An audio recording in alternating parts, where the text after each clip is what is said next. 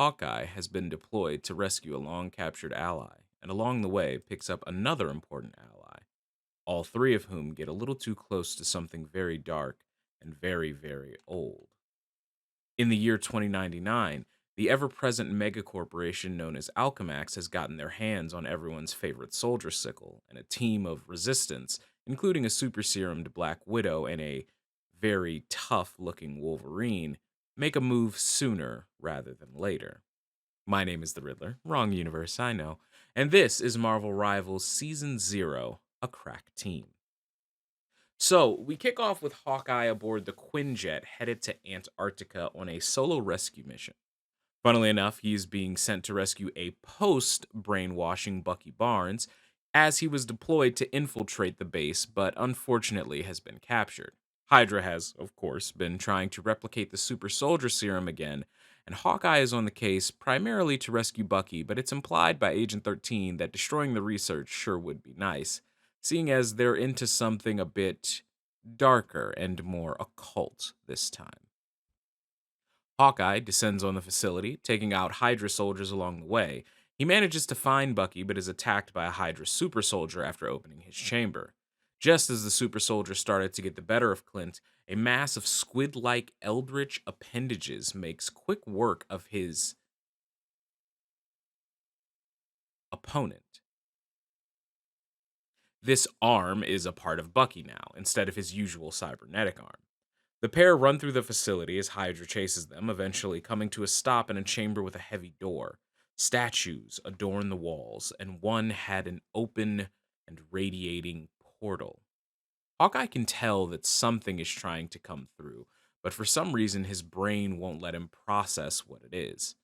Winter Soldier approaches the altar and lets his tentacles slide into the groves.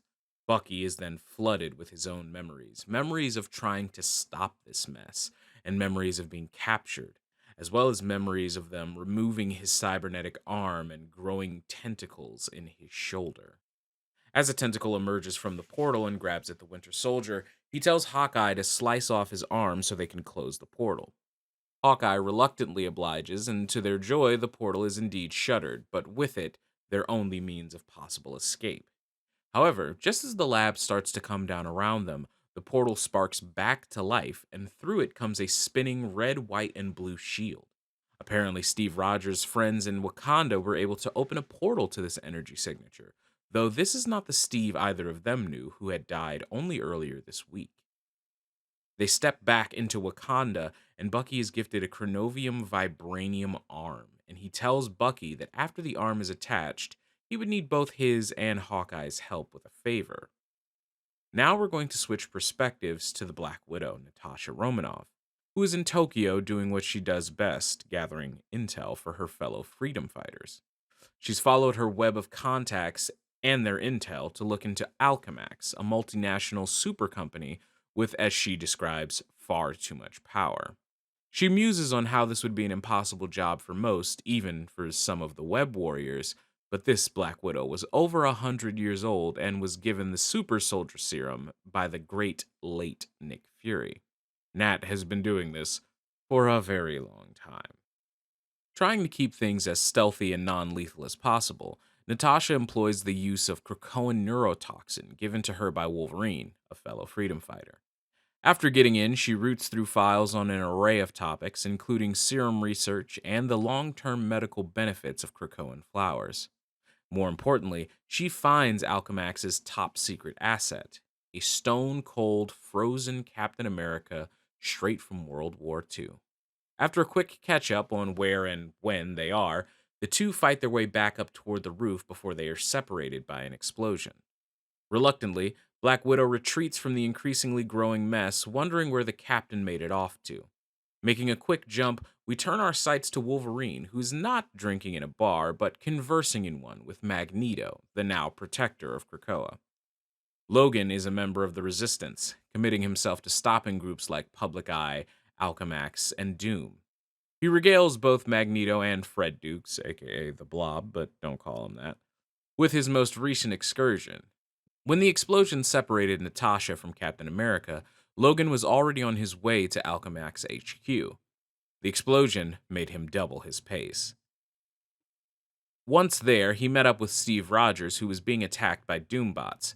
After dispatching them, Logan debates on what to do with the Star Spangled Hero. He can't take him to Krakoa for two reasons. One, Cap isn't a mutant. The Krakoan gateways and portals quite literally will not allow him to pass through. And two, if Alchemax knew that Cap was being hidden on Krakoa, that would bring mutant kind to the forefront of yet another war. Instead, Logan takes him to a safe house by the Resistance. Before giving him some of that good Krakoan medicine to patch him up, he tells Cap that he should head to Wakanda, seeing as Natasha was smart enough to make a deal with King T'Challa to work together against this doom threat. Cap steps through a portal to Wakanda and soon after saves Bucky and Hawkeye from an eldritch threat. And that is all that I got for you for this video. Hopefully you enjoyed it, and if you did, leave me a like and maybe even comment on whatever you want to see next. But this is getting interesting. So in the Marvel Universe, the Great Old Ones do exist. So we could certainly be talking about a very literal Cthulhu. We could certainly be talking about, like, a Shigagorath, or excuse me, a Shumagorath. Or we could be talking about the Marvel specific characters. Um, Things like Chthon and the Darkholders cult. Much more specific characters than what we are thinking when it comes to eldritch horrors, because those elder gods, as they're called in the Marvel universe, they were born from the demiurge, and those are some very active magical deities like Gaia, Ashtar, Chthon, etc., etc. So I'm wondering if the ancient evil is more similar to that. Perhaps that is what is behind the gates in the Hydra maps that we play on. Hopefully, I mean, I hope so. We will see in our next video when we start talking about what's going on the magical side of all of this, now that we have covered the cosmic as well as the alien. And we're going to take a trip into Marvel's magic side, check in with Magic, see what she's been doing, and why she was so reluctant to leave the battlefield she was on with Venom. But yeah, my big hope is that we're seeing some Chthon here. He is the original creator of the Darkhold. The Darkhold is a fragment of his powers. He is also, of course, closely related to Wanda and the Scarlet Witch and all of those things. So I'm hoping we get some more of that, because I love sorcery when it comes to the Marvel universe personally. But yeah, that's all I have for you. Thank you so much for watching. Leave a like if you like the video. Subscribe so you can catch the next video that's coming out. Season 1 is going to come out very, very soon, and you want to be up to date on all the lore before I start the Season 1 lore. Otherwise, you're going to end up behind. This is how comic books get you. They just keep releasing things. You have to keep up with the videos. I swear, I'm trying to help you. Please. Thank you all so much for watching, and until the next time I see you, be good, people.